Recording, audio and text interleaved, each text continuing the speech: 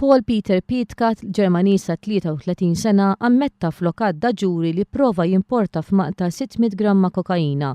Huwa kien arrestat f'Awwissu ta' sentejn ilu flimkien ma' traffikant ta' droga Malti. L-investigazzjoni tal-pulizija bdiet mal-wasla ta' Pitkat f'Malta wara li kellhom xi suspetti li dan kien qiegħed iġorri droga. Instab li fis-stonku tiegħu kellu 61 kapsula li fihom kien hemm ma' 600 gramma kokaina. Huwa kien arrestat ftit wara li wasal Malta mill-Olanda. Il-ħamis filgħodu raġel ta' 34 sena minn Hal Qormi kien lliberat mill-akkuzi kollha miġuba kontrih wara li s-siehba tiegħu ħafritlu. Fi frar tal-2011 huwa ġie akkużat mit-tfajla tiegħu illi prova jweġġa serjament fl-appartament tagħhom f'San Ġiljan billi prova jifga. Fil-qorti tfajla sqarret illi huma reġgħu qegħdin flimkien u ma trix tipproċedi bl-akkużi.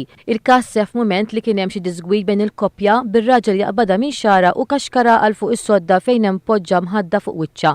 It-tfajla rnexxiela taħrab f'kamra oħra fejn ippruvat iċċempel għall-għajnuna.